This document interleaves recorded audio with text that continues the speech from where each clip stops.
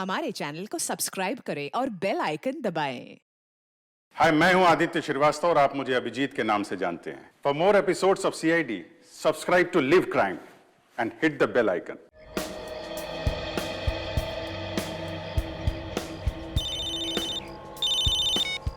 हाँ माधुरी, बोलो।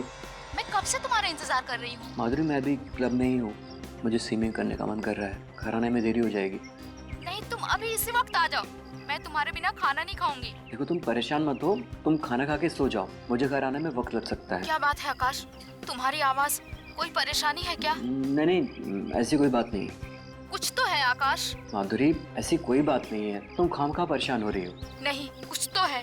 मैं तुम्हारे रग रग से वाकिफ हूँ। माधुरी, मैंने बोला ना कि ऐसी कोई बात नहीं है। मैं फोन रख रहा हूँ, बाय। अब इसको कैसे बताऊं?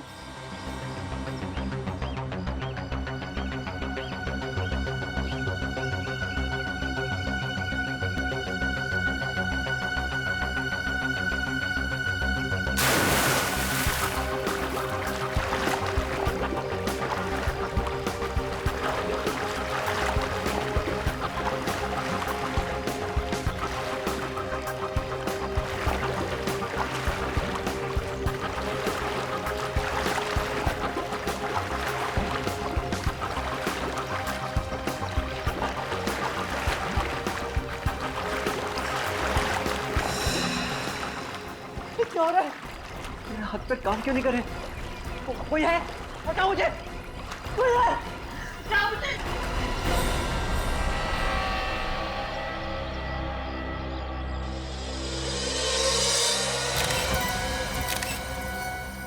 ये सब कैसे हो गया? संभालिए अपने आप को। मुझे तो पहले ही पता था सर, ये कुछ ना कुछ गड़बड़ जरूर है। अगर मैं यहाँ पहले आ गई होती तो आकाश जिंदा होता। क्या मतलब? सर, आकाश के मरने से पहले मेरी उससे फोन पे बात हुई थी। उसकी आवाज से लग रहा था जैसे वो किसी चीज को लेकर बहुत परेशान है। आकाश ने आपको बताया नहीं कि ये किस बात को लेकर परेशान था? नहीं सर, मैंने इनसे पूछने की बहुत कोशिश की, लेकिन इन्होंने मुझे कुछ नहीं बताया सर। और सर, सबसे अजीब बात तो ये है कि आकाश कोई मामूली स्विमर नहीं था, स्टेट लेवल का स्विमर था। क्या स्टेट लेवल का स्विमर था ये? हाँ सर, उसने बहुत सारे मेडल्स भी जीते थे। सर, इसीलिए उनके आसपास कोई गार्ड नहीं था। तो सर फिर इस आकाश की मौत हुई कैसे? मैं भी वही सोच रहा हूँ। ये आकाश स्टेट लेवल का एक्सपर्ट स्विमर था, तो पानी में डूब के कैसे मर गया? पहले ये पता करना होगा कि इसकी परेशानी की वजह क्या थी।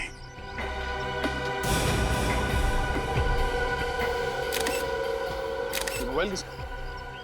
ये तो आकाश का ही फोन है। निखिल, तो देखो, देखते हैं इसके मोबाइल से कुछ पता चलता है क्या।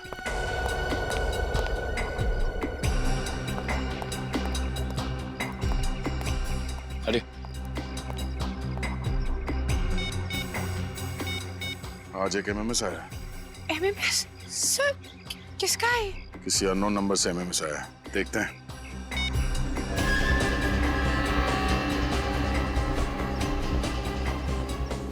अरे सर, ये जो आदमी डूब रहा है, ये आकाश ही है। हाँ, सर, अगर आकाश की परेशानी की वजह ये एमएमएस है, तो जिस वक्त उसे ये एमएमएस मिला उस वक्त तो ये जिंदा था। फिर ये एमएमएस शूट कैसे हुआ होगा?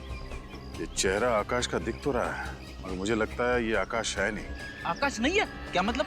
मतलब ये है कि ये धर किसी और का है और इस पे सर आकाश का चिपकाया गया है। ऐसा हो सकता है? बिल्कुल हो सकता है फ्रेडी। आजकल टेक्नोलॉजी की मदद से क्या क्या हो सकता है तुम सोच भी नहीं सकते हैं। एक काम करो, पता करो ये नंबर किसका है। अच्छा, ये आकाश जब स्विमिंग पूल पर आया उसके बाद कोई यहाँ पर आया था? नहीं सर, कोई नहीं आया था। ठीक है।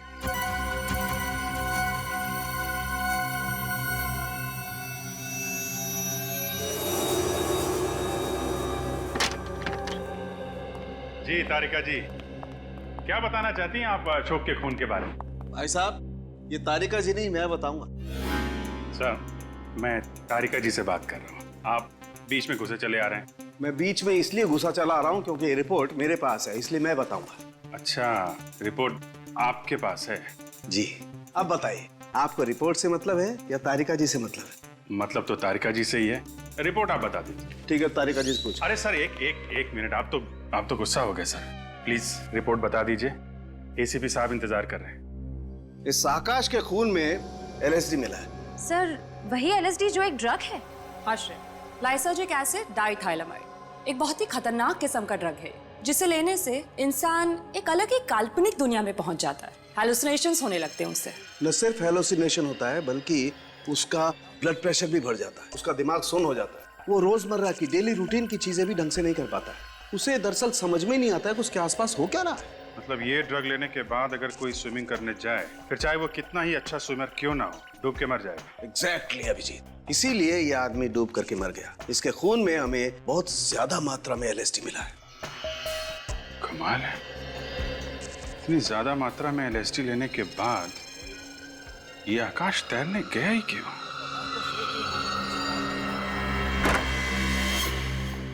तो समझ में नहीं आ रहा है कि ये लोग नशे के चक्कर में फंस कैसे जाते हैं। 2 पल के नशे के चक्कर में आकाश ने अपनी जिंदगी गंवा दी और अपने परिवार वालों का भविष्य अंधेरे में धकेल दिया। सर, फिर भी अभिजीत, मुझे लगता है कि आकाश ने वो ड्रग नहीं लिया था, उसे ड्रग दिया गया था। ड्रग दिया गया था ताकि जब वो स्विमिंग करने जाए तो डूबकर मर जाएगा। सर, ये काम जरूर उसी का होगा जिसने आकाश के मोबाइल पे वो वीडियो भेजा था। विनीत, क्या पता चला MMS के बारे में? सर, निखिल गया मोबाइल कंपनी पता करने के लिए। अभिजीत, मुझे तो लगता है जिसने भी आकाश को ये MMS भेजा ना, वो ना सिर्फ उसे डराना चाहता था बल्कि ये बताना चाहता था कि आकाश देख, मैं तेरे साथ ये करूंगा। और फिर वैसे ही किया, उसे डुबो के मार दिया। हाँ निखिल, उस नंबर का पता चल गया? किसका नंबर है? ओके सर, उस नंबर का पता चल गया जिससे आकाश को वो MMS भेजा गया था। किसका नंबर है वो? सर, कोई स्मिता कुमार है, वो एनडी नगर में रहती है। एनडी नगर? अभिजीत, तुम आकाश के घर जाओ और पता लगाओ किसने आकाश को ड्रग्स दिया और कैसे दिया। Okay sir. और मैं और विनीत हम स्मिता कुमार के घर जाते हैं। स्मिता कुमार।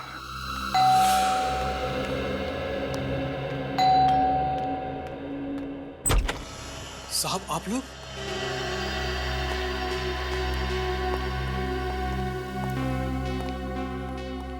माधुरी जी, आपने हमें बताया क्यों नहीं? आपके हस्बैंड ड्रग्स लेते थे, LSD। आकाश ड्रग्स लेते थे? आप तो ऐसे चौंक रही हैं जैसे आपको इसके बारे में कुछ पता ही नहीं है। क्या कह रहे हैं सर? आकाश तो सिगरेट और शराब के नाम से भी नफरत करते थे और आप लोग कह रहे हैं कि आकाश ड्रग्स लेते थे? सचिन, पंकज, चेक करो घर। देखिए सब, देखिए, हम सिर्फ वही कह रहे हैं जो हमें फोरेंसिक रिपोर्ट ने बताया है। LSD वजह आपके पति के पानी में डूब के मरने की, वरना इतने एक्सपर्ट स्विमर थे आपके हस्बैंड, बिना किसी वजह के स्विमिंग पूल में तो डूब नहीं सकते।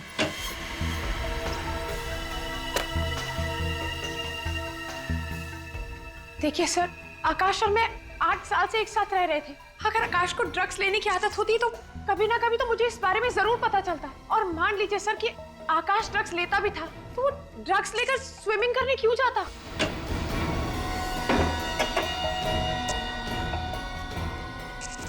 तो आप ये कहना चाहती हैं कि किसी और ने आकाश को ड्रग्स दी, शायद खाने पीने की चीजें मिला के, धोखे से? ऐसा हो सकता है सर, पर ऐसा कौन करेगा? जहाँ तक मुझे पता है सर, आकाश की किसी से भी कोई दुश्मनी नहीं थी। दुश्मनी तो थी माधुरी जी, वरना कोई धमकी भरा MMS क्यों भेजता आकाश को?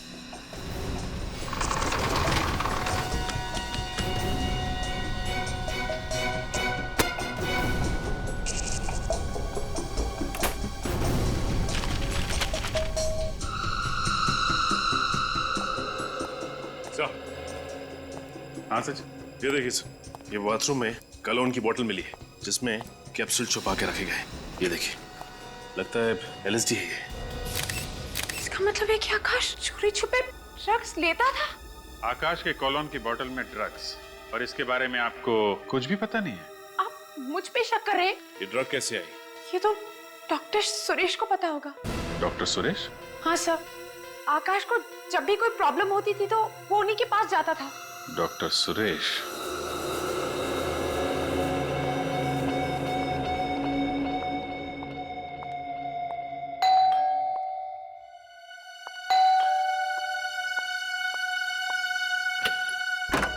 जी कहिए। अरे देखिए, अगर आप इंश्योरेंस से आए तो मैं आपको बता दूं कि मैंने इंश्योरेंस करवा लिया है। आपने तो अपनी जान का इंश्योरेंस बनवा लिया। उन लोगों का क्या जिनकी जान ली थी, उनके इंश्योरेंस का क्या? ये क्या बकवास कर रहे हैं आप? बकवास नहीं कर रहे हैं, पूछताछ कर रहे हैं। हम लोग CID से हैं। CID? जी हाँ, CID। एक बात बताइए, क्या तुमने किसी आकाश नाम के आदमी को अपने मोबाइल से MMS भेजा था? एमएमएस? जी हाँ, एमएमएस, जिसमें आकाश पानी में डूबता हुआ दिखता है, वो एमएमएस भेजा था। मैंने किसी आकाश नाम के आदमी को कोई एमएमएस नहीं भेजा। तो फिर 1029029005 ये मोबाइल नंबर आपका ही है ना? जी हाँ सर, ये मेरा ही नंबर है। लेकिन मैं आपको एक बात बता दूं कि मेरा फोन तो कल ही चोरी हो गया था। फोन चोरी हो गया था इनका, बहाना अच्छा है। सर ये कोई बहाना नहीं है। अच्छा आप 1 मिनट रुकिए।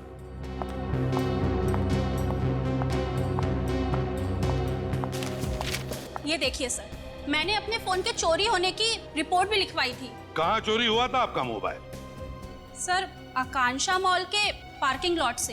अगर आपका फोन चोरी हो गया था तो आपने मोबाइल कंपनी से कहकर अपना सिम ब्लॉक क्यों नहीं करवाया? मैंने उनको सिम ब्लॉक करने के लिए बोला था, लेकिन पता नहीं उन्हें इतना टाइम क्यों लगा। पता नहीं इतना टाइम क्यों लग गया, क्या करेगी बेचारी।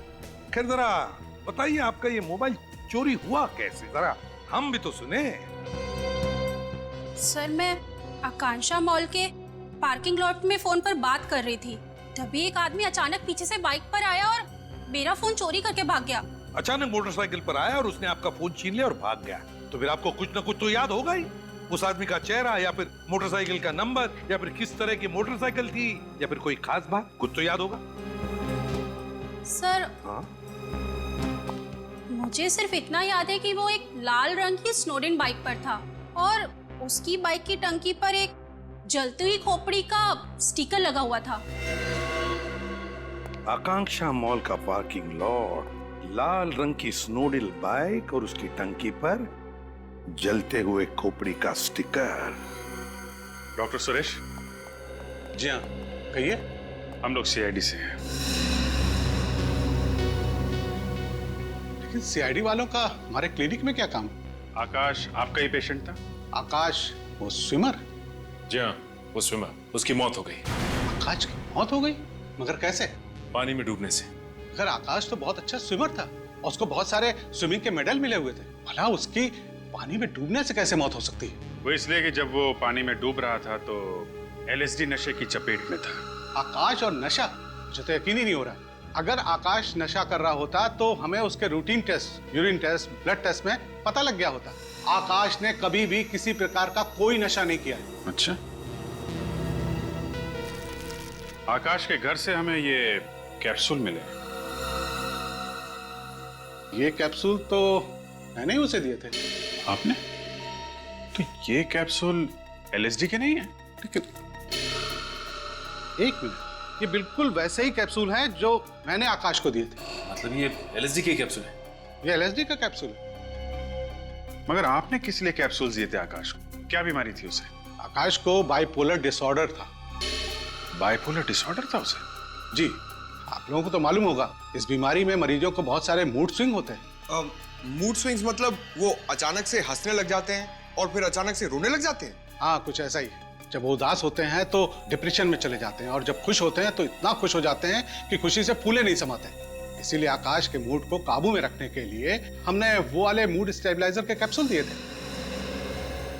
और किसी ने उन कैप्सूल्स की जगह ये एलएसडी वाले कैप्सूल्स रख दिए। और ये काम आकाश के कोई करीबी ही कर सकता है, और उसके सबसे करीब उसकी बीवी माधुरी है।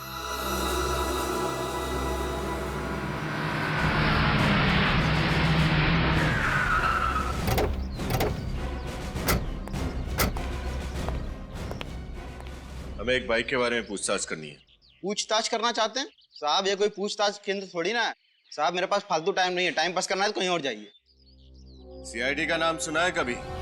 माफ कीजिएगा साहब, गलती हो गई।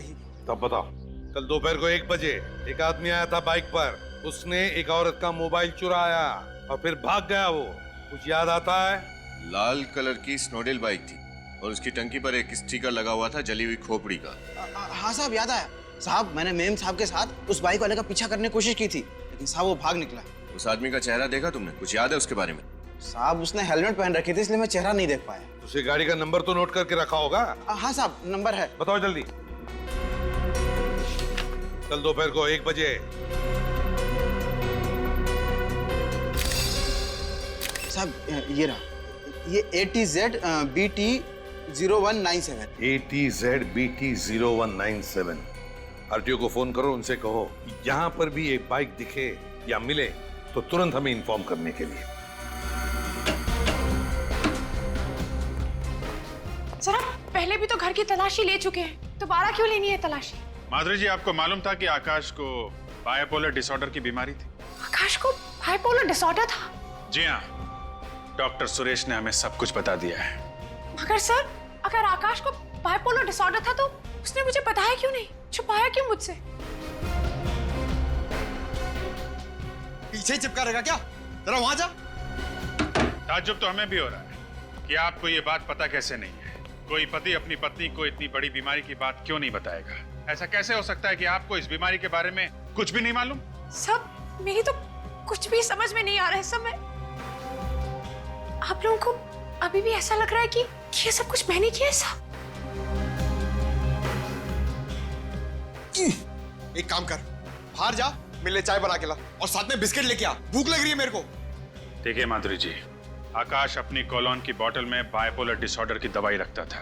वो दवाई किसी ने बदल के उसमें LSD के कैप्सूल रख दिए, जिससे उसकी मौत हो गई। और दवाई बदलने का काम कोई पास वाला आदमी ही कर सकता है।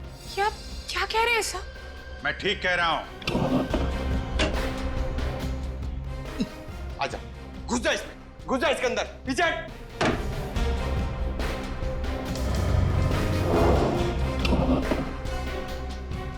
मैं आकाश को क्यों मारूंगी? मैं तो बहुत प्यार करती थी उससे, और आप यकीन माने या ना माने, मैं अपने आप को अभी भी समझा नहीं पा रही हूँ कि आकाश इस दुनिया में नहीं रहा। सर, सर जरा जल्दी यहाँ पे आइए।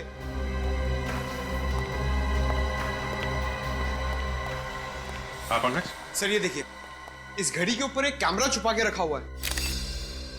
ओह, तो ये कैमरा सीधे बाथरूम पे नजर रख रहा है। हाँ सर, और ये आकाश जब बाथरूम का दरवाजा खोलकर अपनी दवा खाने जाता था तो ये कैमरा वहां से सब कुछ रिकॉर्ड करता होगा, और इसी बात का फायदा उठाकर खूनी ने उसकी दवाओं से वो LSD के कैप्सूल्स बदल दिए, जो कि दिखने में बिल्कुल वैसे ही दिखते थे।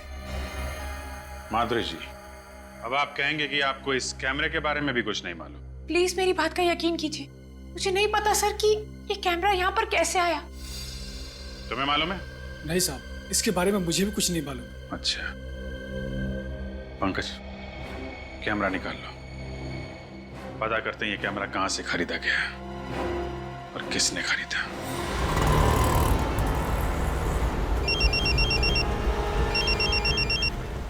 हेलो निशान, बाइक मिल गई?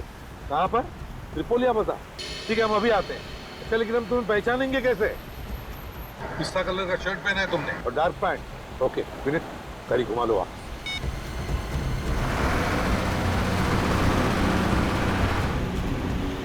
त्रिपोलिया बाजार यहीं के आसपास ही होना चाहिए। सर, यही है त्रिपोलिया बाजार। नजर रखना जरा, पिस्ता कलर का शर्ट पहना हुआ है उस निशान पर। कहीं वो तो नहीं? वो देखो, आगे जाके यूटर्न मार।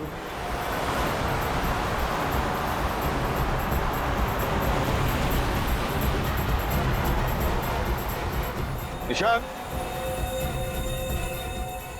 आरटीओ ऑफिसर निशान, कहाँ पर है बाइक? सर वो रही लाल बाइक, और सोसाइटी वालों ने बताया कि आधा घंटा पहले कोई पार करके गया इसे। मालिक कौन है इस बाइक का? शैलेंद्र नाम के किसी आदमी की सर। शैलेंद्र? जी सर।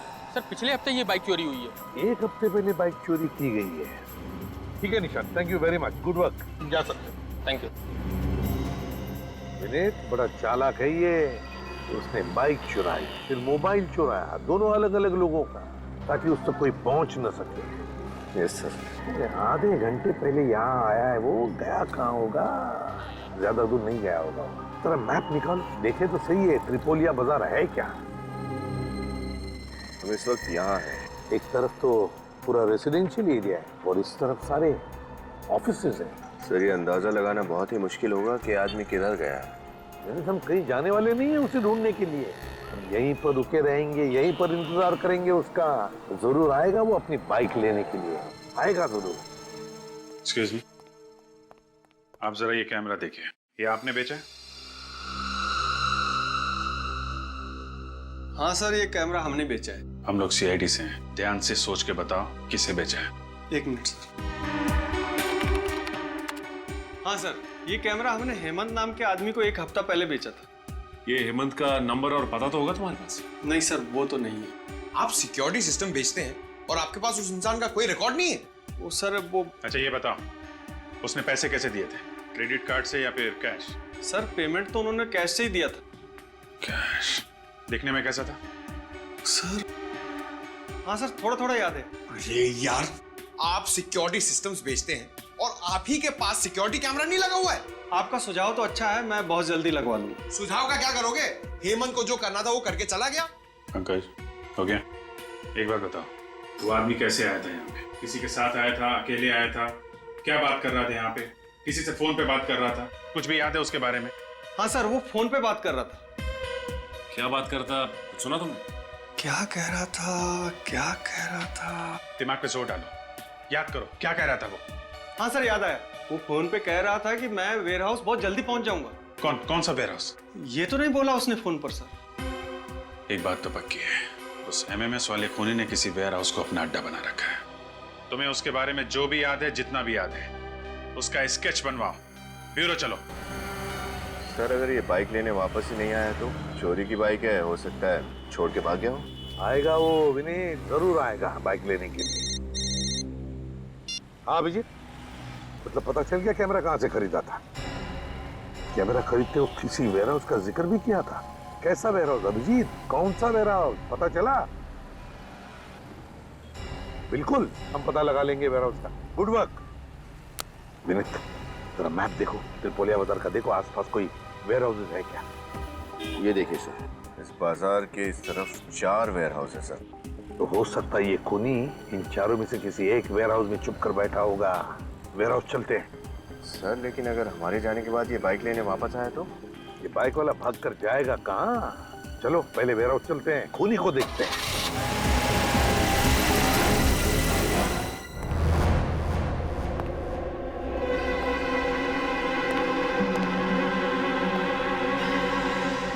पहले 3 वेयर हाउसेस में तो कोई गड़बड़ नहीं थी। पता नहीं क्यों मुझे ऐसे लगता है कि खूनी इसी वेयर हाउस में मिलेगा।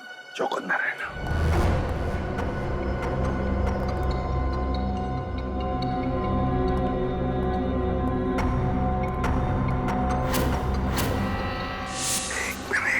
ये देखो पैरों के निशान। सर ये निशान देखकर तो लग रहा है निशान ताजे हैं। हाँ। कोई अभी जल्दी में यहाँ से आ गया है। लगता है खूनी अभी भी यहीं पर है।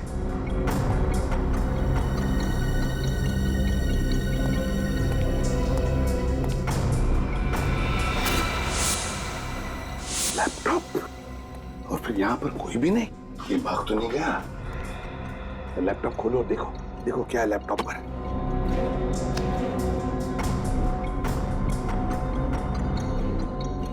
देखा, इस तरह से ऐसे नजर रख रहा था वो आकाश पर। ये कैमरा कहाँ पे लगा है? ये कैमरा तो लिफ्ट में लगा हुआ है।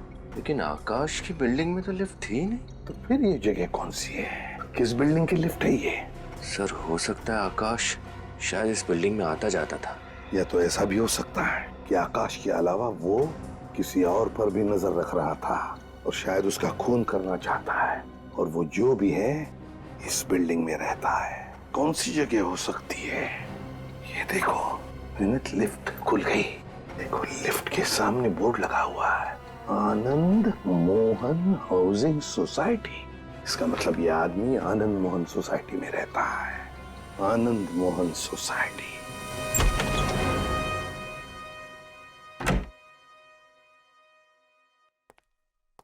हाय। हाय। एमएमएस? ये किसने भेजा? अननोन नंबर लग रहा है, देखते हैं। ये क्या है? ये लिफ्ट के अंदर कौन जा रहा है? कहिए मैं तो नहीं। लिफ्ट तो नीचे जा रही है। ये तो यही लिफ्ट लग रही है। नहीं नहीं, मैं कैसे हो सकता हूँ? रोहित रिलैक्स रोहित, कुछ नहीं होगा। अभी लिफ्ट आएगी, अब तुम लिफ्ट के अंदर जाओगे। ये एमएमएस सिर्फ एक मजाक है, ठीक है? अब लिफ्ट आएगी और तुम अंदर जाओगे।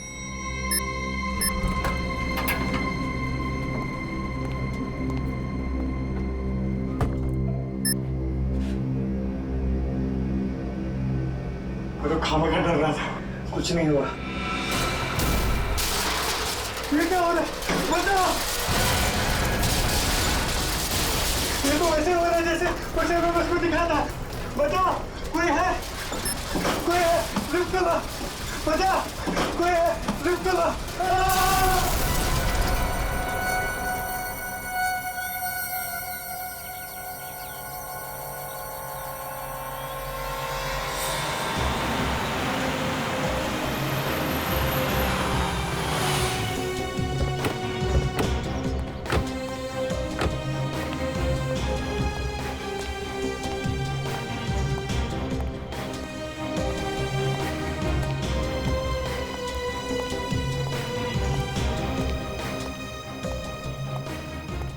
बहुत भीड़ लगी हुई है सर। चलिए चलिए प्लीज हटिए पीछे। क्या हुआ? माय गॉड,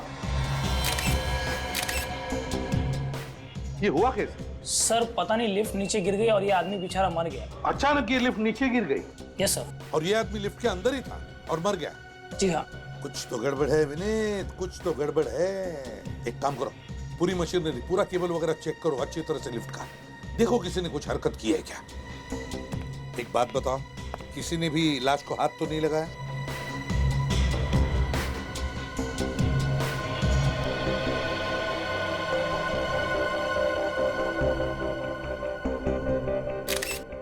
तो रोहित कुमार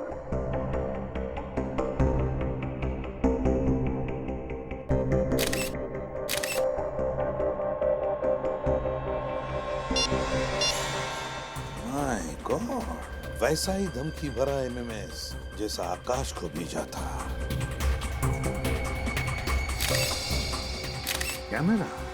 ये रोहित कुमार इसी बिल्डिंग में रहते हैं? सर 1203 12वें महले पे। इसी बिल्डिंग में? जी साहब। अच्छा एक बात बताओ, तुमने किसी अनजान आदमी को यहाँ पर आते जाते देखा?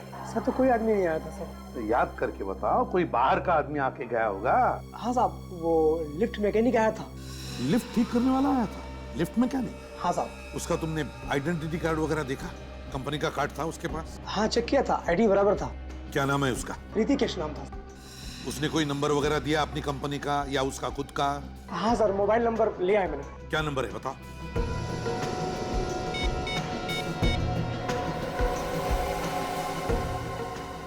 डैम इट, फोन उठा नहीं रहा है, जरूर गलत नंबर दिया होगा।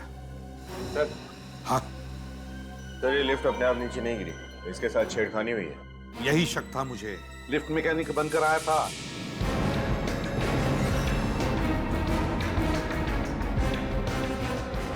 मैंने उसे बिल्डिंग से जाते हुए देखा था, एक लंबा सा आदमी, उसके हाथ में टूल किट था। उसने सारा किया, ये सब उसी ने किया है, ये देखो। और उसने वो धमकी भरा एमएमएस भी भेजा है रोहित को, जैसे उसने आकाश को भेजा था। और फिर जो टेलीफोन नंबर दिया, जो सेल फोन नंबर, वो भी जानबूझकर गलत नंबर दिया है। एक बात बताओ, तुमने इस लिफ्ट मैकेनिक को अच्छी तरह से देखा था ना?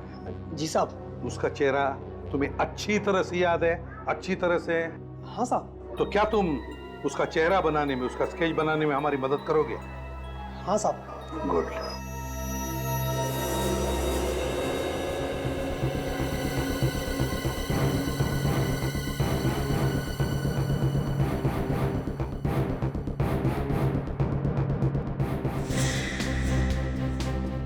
स्केच तैयार हुआ?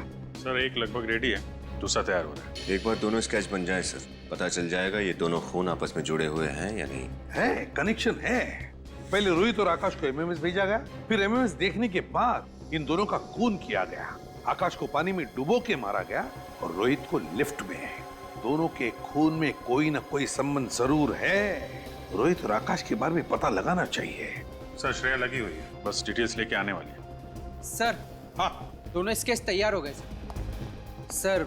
ये स्केच इन्होंने बनवाया और ये स्केच इन्होंने बनवाया। अभिजीत, क्या लगता है तुम्हें इन स्केचेस को देखकर?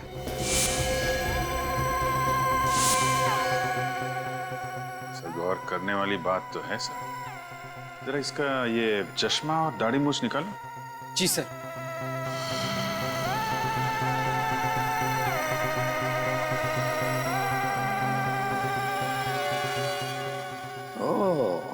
तो ये बात है कि दो अलग अलग आदमी नहीं, बल्कि एक ही आदमी है और इसी आदमी ने वो दो खून किए हैं। विनीत, हमारे क्रिमिनल रिकॉर्ड्स में देखो देखो, कुछ पता चलता है कि इस आदमी के बारे में। आप लोग भी जा सकते हैं। Thank you very much. जी सर।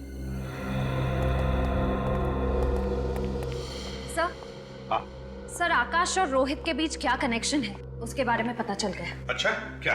सर आकाश एमवी के कॉलेज में पढ़ता था और रोहित स्टेनी कॉलेज का स्टूडेंट था। आकाश एमवी के कॉलेज में पढ़ता था और रोहित स्टेनी कॉलेज में? Yes sir. सर 2005 में इन दोनों कॉलेजेस ने अपने थर्ड ईयर स्टूडेंट्स को शिमला भेजा था एक समर कैंप के लिए। आकाश और रोहित दोनों इस समर कैंप में गए थे। Shimla summer camp 2005? ये चक्कर है सर, इस मौत की कहानी का पहला पन्ना समर कैंप में लिखा गया था, शिमला में। और क्या पता चला श्रेया इस समर कैंप के बारे में? सर मैंने एमवी के कॉलेज के प्रिंसिपल से आज 3 बजे की अपॉइंटमेंट ले ली है। सर उसी कॉलेज के एक प्रोफेसर भी उस समर कैंप में गए थे, वो भी आज उस मीटिंग के लिए वहाँ मौजूद रहेंगे। Very good work Shreya, very good work. Sir. हाँ सर, मिल गया। सर इसका नाम राजा है, पहले भी बहुत सारे जुर्म किए हैं इसने और कई बार जेल भी जा चुका है। राजा? पता लगाना पड़ेगा इस राजा का महल कहां पर बना है, और फिर एमवी के कॉलेज से भी पता चल जाएगा क्या हुआ था उस समर कैंप में।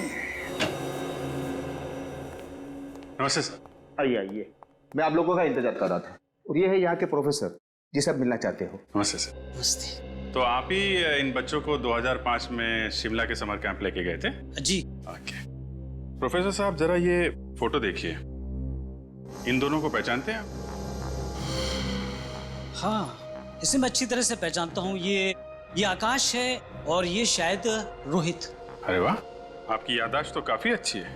8 साल बाद भी आप इनको इनके नाम से पहचानते? दरअसल मुझे सबके नाम तो अच्छी तरह से याद नहीं है, मगर इन चारों के नाम मुझे अच्छी तरह से याद है। 4? लेकिन हमने तो आपको 2 ही फोटोग्राफ दिखाए। इन दोनों के साथ में 2 लड़के और थे उस शिमला वाले समर कैंप में। क्या नाम था उसका? यस, विशाल और अमन। विशाल और अमन? हाँ, अमन उस समर कैंप में ड्रग्स का इस्तेमाल करते हुए पकड़ा गया था। अमन ड्रग्स लेता था? और पकड़े जाने पर उसने आकाश, विशाल और रोहित पे इल्जाम लगा दिया कि वो तीनों उसे फंसा रहे हैं। अच्छा, फिर क्या हुआ? फिर कुछ नहीं। अमन के इल्जाम झूठे साबित हुए और उसके कॉलेज वालों ने उसे निकाल दिया। हाँ, ये चक्कर है। लगता है ये अमन 8 साल के बाद नींद से जागा है बदला लेने के लिए, और इस राजा के साथ मिलकर ये सब खून कर रहा है।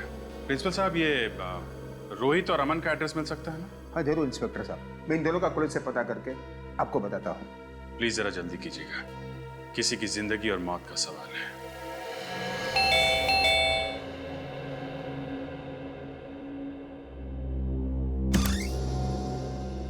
जी कहिए, किससे मिलना है आपको? अमन है घर पे? आप अमन से मिलने आए हैं? जी हाँ, हम अमन के दोस्त हैं। आप झूठ बोल रहे हैं। पिछले 8 साल से अमन का कोई दोस्त नहीं है। क्या मतलब? आइए आइए मेरे साथ, इधर आइए।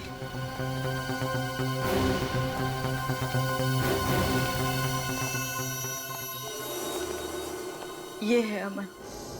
ये क्या हुआ इसे? पहले आप बताइए, आप लोग कौन हैं और यहाँ क्यों आए हैं? माँ जी, हम लोग सीआईडी से हैं। एक केस की तहकीकात हमें यहाँ तक खींच लाई। CID case? क्या कह रहे हैं आप लोग? मेरी तो कुछ समझ में नहीं आ रहा। और इन सब चीजों का अमन से क्या लेना देना? 8 साल पहले अमन जिस समर कैंप में शिमला गया था, उसी समर कैंप में आकाश और रोहित नाम के 2 स्टूडेंट्स थे। उन दोनों का खून हो गया। और आपको लगता है कि ये सारे खून अमन कर रहा है? ये तो कुछ बोल भी नहीं सकता, चलकर एक कमरे से दूसरे कमरे में नहीं जा सकता। मेरे कान तरस गए हैं इसके मुंह से माँ शब्द सुनने के लिए। और आपको लगता है मेरा बेटा खूनी है? माँ जी, हम आपकी तकलीफ समझते, मगर क्या आप ये बता सकती है कि इसकी ये हालत हुई कैसे? जिस समर कैंप की आप बात कर रहे हैं, वही समर कैंप मेरे बेटे के लिए अभिशाप बन गया। ड्रग्स का झूठा इल्जाम लगाकर इसे कॉलेज से निकाल दिया गया। फिर किसी दूसरी कॉलेज ने दोबारा इसे लिया नहीं। मेरे बेटे का उज्जवल भविष्य अंधकार में खो गया। तब से इसकी ये हालत है। क्या अमन ने कभी आपको बताया कि ये ड्रग्स का झूठा इल्जाम इस पे किसने लगाया था? नहीं, एक चुप्पी साध ली थी इसने, कभी ना खत्म होने वाली खामोशी। तो क्या अमन की हालत पिछले 8 साल से ऐसी ही है? बीच में थोड़ा सुधार आया था इसकी हालत में, मगर पिछले साल इसके पिताजी गुजर गए, तब से फिर यही हालत हो गई है इसकी। आप फिक्र मत कीजिए माँ जी, मैं अमन के लिए प्रार्थना करूंगा। अमन जल्दी ठीक हो जाएगा। आप लोग बैठिए, मैं चाय लेके आ रही। नहीं, आप तकलीफ मत कीजिए प्लीज, हम लोग चलते हैं। माँ जी, कभी भी किसी भी तरह की कोई मदद चाहिए तो हमें याद करिएगा प्लीज। Thank you. चलो।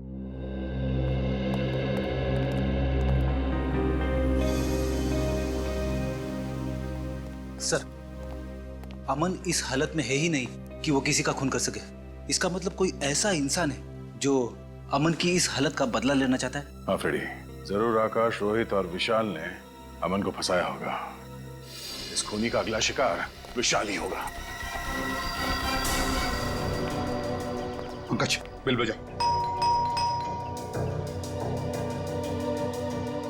बजा।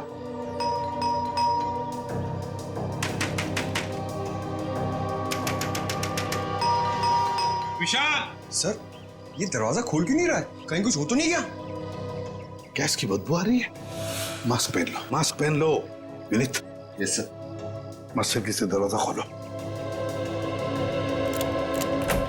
पंकज, पंकज देखो गैस कहां से आ रही। बंद करो।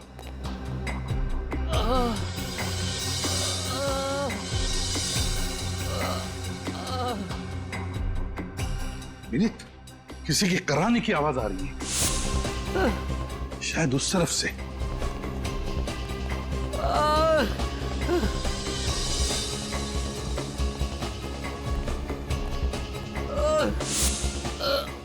My God.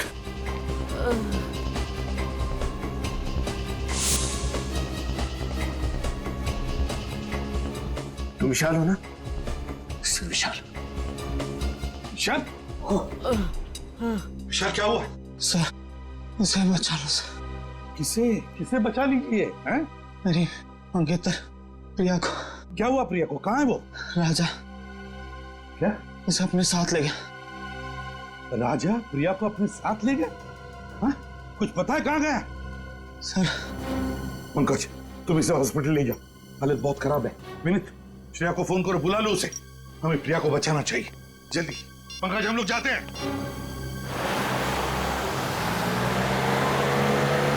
वो देखो, वहां कोई है।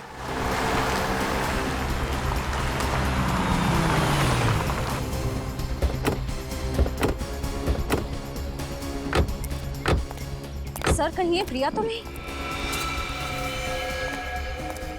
प्रिया, तुम ठीक हो? उठो आराम से। आप लोग? हम सीआईडी से। तुम ठीक हो ना? मैं ठीक हूँ। संभालो इसे।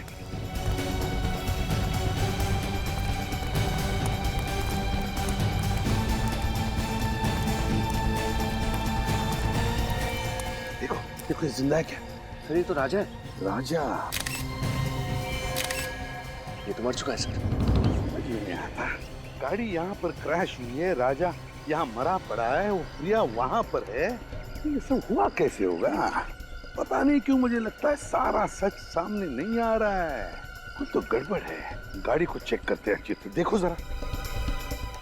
उठ सकोगी? हाँ, संभल के देखो कुछ गाड़ी में प्रॉब्लम है क्या, अच्छी तरह से देखो। रुको, मैं पानी लेकर आती हूँ। हाँ?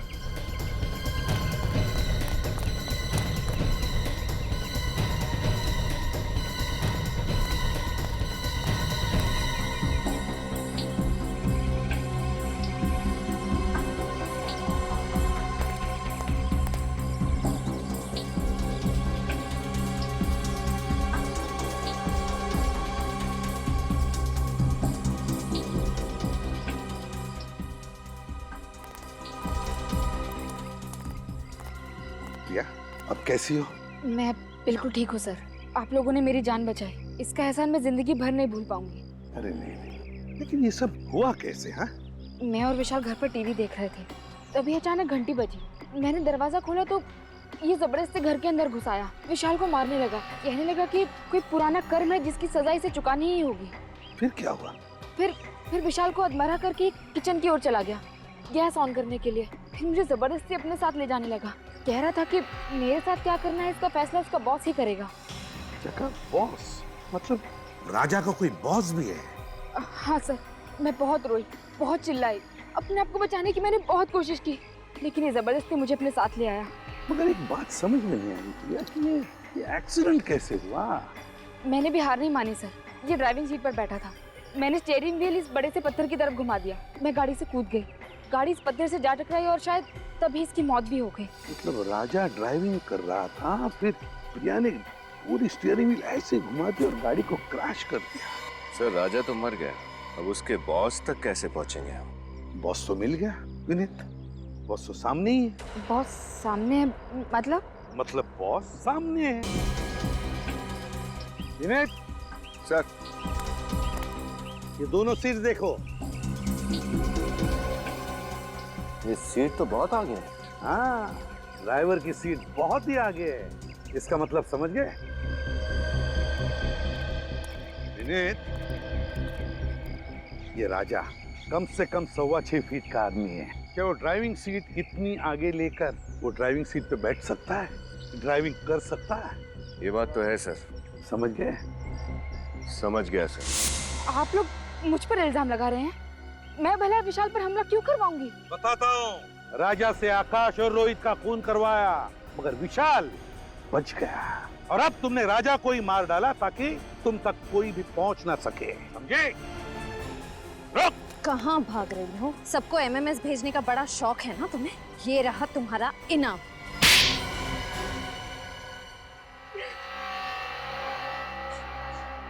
हाँ, मैंने ही आकाश, रोहित और राजा को मार डाला। विशाल को भी मार डालते अगर आप लोग उसे बचा ना लेते तो। बहुत अफसोस हो रहा होगा, है ना, कि चौथा खून कर नहीं पाई। क्यों? विशाल को मार डालती तो मेरा बदला पूरा हो जाता। कैसा बदला? अमन का बदला। बहुत प्यार करती थी मैं अमन से, कितने सुहाने सपने देखे थे हमने हमारे भविष्य को लेकर, लेकिन उन तीनों ने अमन की क्या हालत कर दी। आज मेरा मन अपनी प्रिया को पहचानता तक नहीं है। अमन की इस हालत के लिए वो तीन जिम्मेदार कैसे? 8 साल पहले शिमला के समर कैंप में उन तीनों ने जबरदस्ती अमन को शराब पिलाई। उस बेचारे को तो पता तक नहीं था कि उस शराब में ड्रग्स मिला रखी थी। उस ड्रग्स की मात्रा इतनी ज्यादा थी कि हमें तभी अमन को हॉस्पिटल लेकर जाना पड़ा। पूरे कॉलेज में अमन की बदनामी हुई कि अमन ड्रग्स लेता है। उसे कॉलेज से भी निकाल दिया, कहीं और एडमिशन नहीं मिला उसे। इस बात का उसे इतना गहरा सदमा लगा कि आज तक वो। फिर अमन की इस हालत का बदला लेने की तुमने ठान ली? हाँ, मैंने ही राजा को तीनों को मारने की सुपारी दी थी, एमएमएस भेजे, और काम खत्म हो जाने के बाद मैंने खुद ही राजा को ऊपर पहुंचा दिया। उस एमएमएस में राजा ही था ना, जो डूबने की एक्टिंग कर रहा था? जी। अमन के साथ जो कुछ हुआ वाकई बहुत बुरा हुआ, इसका अफसोस है हमें, लेकिन जुर्म की आग को बदले की आग नहीं बुझा सकती। 3 खून किए तुमने, और खूनियों की मंजिल एक ही है, फांसी का फंदा। For more updates, subscribe to our channel, click the show links and enjoy watching the videos.